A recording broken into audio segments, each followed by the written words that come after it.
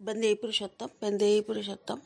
পুরুষোত্তম পরম প্রেমময় শ্রী শ্রী ঠাকুর অনুকূলচন্দ্র রাতুল চরণে আমার অশেষ প্রণাম জানাই। লীলা সঙ্গিনী পরমাধ্যা জগৎ জননী শ্রী শ্রী বড়মা রাতুল চরণে আমার প্রণাম জানাই। পরম পূজ্যপাদ শ্রী শ্রী বড়দার রাতুল চরণে আমার প্রণাম জানাই। পরম পূজ্যদ আচার্য দেবের রাতুল চরণে আমার প্রণাম জানাই। তো এখানে সূত্র লক্ষ্মী মা শ্রী শ্রী বড়মা জীবনী, গল্প ও লেখক প্রকাশক শ্রী দুঃখহরণ মৃধা, সংকলন লক্ষ্মী মা, আলোচনা প্রসঙ্গ জয়তু জননী মেয়ে। তো এখানে বড়মার পাত্র দেখা আরম্ভ হচ্ছে, সেটাই আমি এখানে পড়ছি। কৃষ্ণ সুন্দরী আবার বলেন, দাও না বাচ্চা আমার বড় মেয়েটাকে আমার বড় নাতি অনুকূলের সাথে বসিয়ে ফট করে লাফিয়ে উঠলে বালক থালা ছেড়ে ঘাড় বেঁকিয়ে বলে উঠল, মেয়ে মানুষের সঙ্গে খাবো না আমি। দিদিমা আস্তে আস্তে ঠাট্টা ছলে বলে উঠল, না খাবি বই কি, দাঁড়াও, ওই মেয়ের সঙ্গে তোর বিয়ে দেবো আমি, আনবো ওকে তোর বউ করে ঘরে। ধ্যাত বলে এক লাফে বেরিয়ে গেল। দুই গৃহিণী হেসে উঠলেন। মামাতো বোনের অনুরোধে 2 দিন থেকে যাওয়ার সময় হলো নয়নের। বিকেলে বাড়ির চারিধারে ঘুরে দেখতে দেখতে এসে দাঁড়ালো বাইরের উঠানে। লোকজনের ভিড় নাই। হঠাৎ লক্ষ্য পড়ল সামনে পেয়ারা গাছের দিকে। মগ ডালে বসে পেয়ারা খাচ্ছেন চৌধুরী বাড়ির অনুকূল।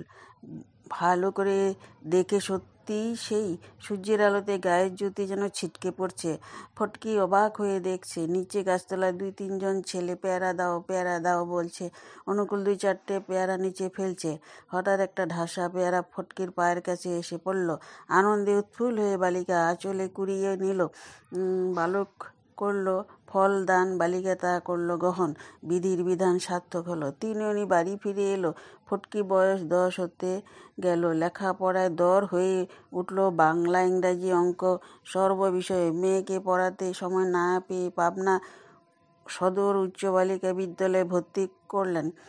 অনুকূল ইনস্টিটিউশনে পড়ে। ওই পথ বা বালিকা বিদ্যালয়ের পথ ওই এক জায়গাতেই মিশেছে। ওইখানে পড়তে যাওয়ার মাঝে মাঝে 2 জনের সাথে দেখা হয়। দেখে 2 জনের মন যেন খুশিতেই ভরে যায়। দেখতে দেখতে মেয়ের বয়স 11 হতে যায়। মাতা তিনিও খুব চিন্তিত হয়ে পড়েন বিয়ের জন্য। একদিন দুপুরে খাওয়ার সময় স্বামী রামগোপাল বাবুকে বললেন, তিনি কর্তব্যপরায়ণ ন্যায়নিষ্ঠা কর্মরত, সংসারের দিকে অত সময় দিতে পারেন না। তাই তাকে প্রেরণা দিয়ে একটা ছেলে সন্ধান দিলেন। পাবনা থেকে 2.5 মাইল দূরে চৌধুরী বাড়ির উপনয়ন উপলক্ষে ঘটনা। পাশে শিবচন্দ্র চক্রবর্তী জ্যেষ্ঠ ছেলে অনুকূলচন্দ্রের কথা ও প্রস্তাব করেন। তো অনুকূল চন্দ্র শিবচন্দ্র চক্রবর্তীকে রামগোপাল বাবু খুবই ভালোভাবে চেনেন। বনদী ঘর, সৎ বংশ, সচ্ছল পরিবার।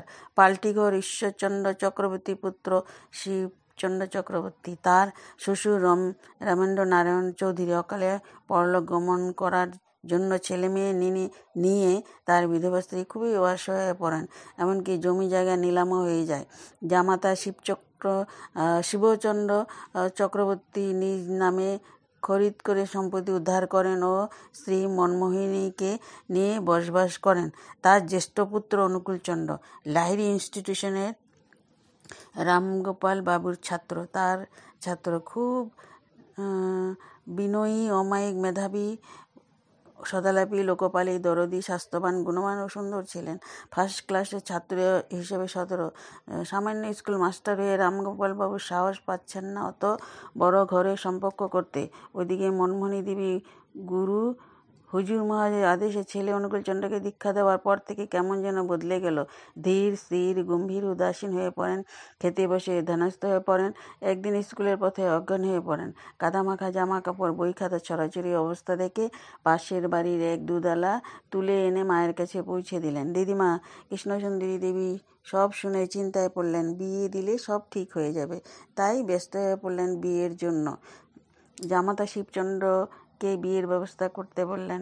শাশুড়ি স্বেচ্ছায় পাত্রী দেখতে গেলেন। প্রতাপপুরে জমিদার বংশে এক সুন্দরী মেয়ে, কিন্তু তা নাকাচ হয়ে গেল। অনুকূলচন্দ্রের ইচ্ছার কথা চাকর শশীভূষণের দ্বারা কর্তাকে বললেন। কৃষ্ণসুন্দরী ও মনমোহিনী দেবী তাকে চৌধুরী বাড়ির উপনয়ন উপলক্ষে ঘটনা বললেন এবং তাদেরও ইচ্ছা, মেয়েটি লক্ষ্মীমতী, ভারী সুন্দর দেখতে, অনুকূলের সাথে মানাবে, খুব মানাবে। তো যারা যাকে নিয়ে সংসার করবেন তাদের যখন ইচ্ছা তিনি আর অমত করলেন না। তো এই তো দুইজন মানে ঠাকুরের আর শ্রী শ্রী ঠাকুর শ্রী বড়মার বিয়ের এই আলাপ আলোচনা চলছে। তো এইটাই সূত্র হলো লক্ষ্মী মা শ্রী বড়মায়ের জীবনী। লেখক ও প্রকাশক ছিলেন শ্রী দুঃখহরণ মেধা, সংকলনে লক্ষ্মী মা, আলোচনা প্রসঙ্গ জয় তুমি। তো জয়গুরু, সবাই ভালো থাকেন। আর আমি আরও শ্রী বড়মার জীবনের কথা আপনার সামনে তুলে ধরব।